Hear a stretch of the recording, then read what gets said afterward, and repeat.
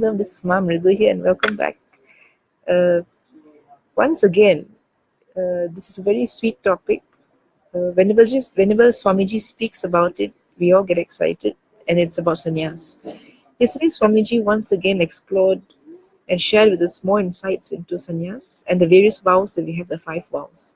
I would like to just speak about one of the vows, which is Brahmacharya or celibacy, and what it really means, and how it's such a blessing to each and every one of us who is a sannyasi. Now, let me just go back a little about my childhood and how did I come about and how did I take sannyas. So at least you'll have a right context. Uh, I grew up a lot reading comics. I think most of you can relate to Amar Chitra Katha, those comics with lots of stories about the Hindu mythology, or they're not mythology, they're real actually. But we used to address them as mythology, or stories, or Puranas. And I used to read those books like umpteen times, and my cousin had a full range, a full set of those books. And each time I went to a house, I would pick up that book, any book, and start rereading all the stories. And I was beginning to be able to relate to the Hindu tradition, the rituals, the culture, and also one part of these stories was about sannyasis and hermits. And I don't know why this idea about a hermit kept residing in my inner space. Like I wanted to live a hermit life. I wanted to live with a hermit or something like that. And it just became part of my cognition, but I probably did not remember it at all. And as time went by, I stopped reading those books because as I grew older, and I didn't have access to those books. And But today, when I came to the Adinam, which was like 6, 7 months back, I had no idea about taking sannyas. I had literally zero understanding or a willingness, or for that matter. I was just here to come as an Adinavasi. And within a few weeks, we were introduced to this of taking up sannyas. And I was very resistful because for me, it was not about uh, following a certain rule of life. For me, it was just existing. I just exist, and that's how I want to be. I can still have the state of sannyas in me, but I still want to exist the way I want externally. I don't have to follow a code of conduct, and I didn't like to always be bound by rules and those stuff. And so when the first introduction was done about taking on sannyas and the benefits of it and what it actually includes, and how you can be an extension of Swamiji when you take up sannyas. And despite all that, I wasn't keen on it.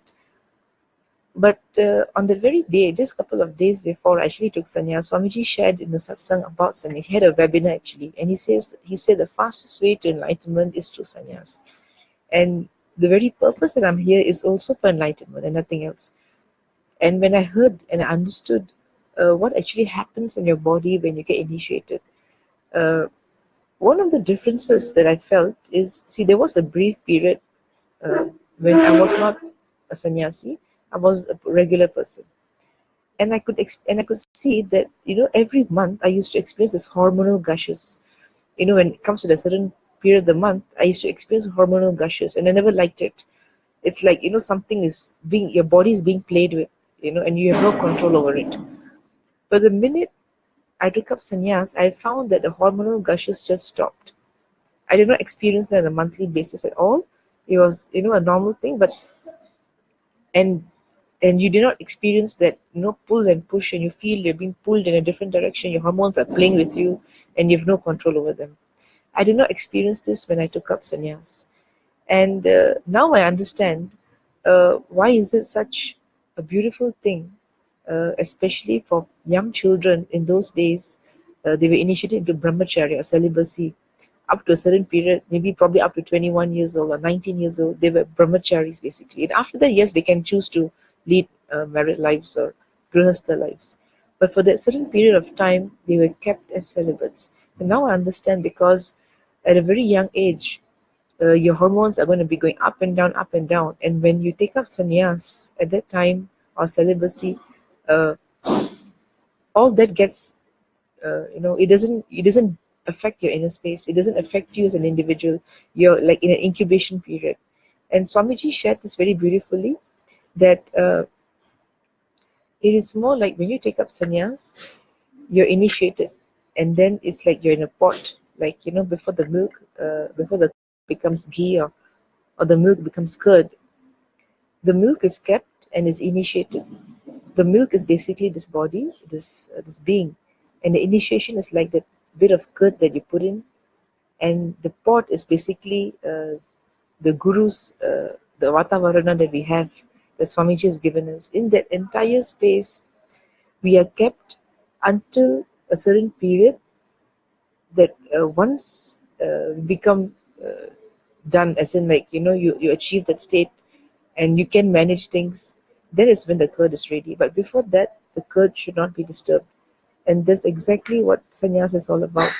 And it was only just the last couple of days that I understand that the beautiful thing, the beautiful gift, the greatest gift Swamiji is giving to the world is sannyas. When you can experience yourself as yourself without the hormonal gushes. And trust me, at certain times you're being pulled and you do not know what is happening, and you have little control over what's happening to your body, you wouldn't want to experience that anymore, trust me. And ever since I've taken up sannyas, I can feel that it is not there anymore in my system, and I feel perfectly all right. So this is one of the vows of Brahmacharya. I mean, many of the people out there may think that it's about restraining yourself from something. It is not about restraining.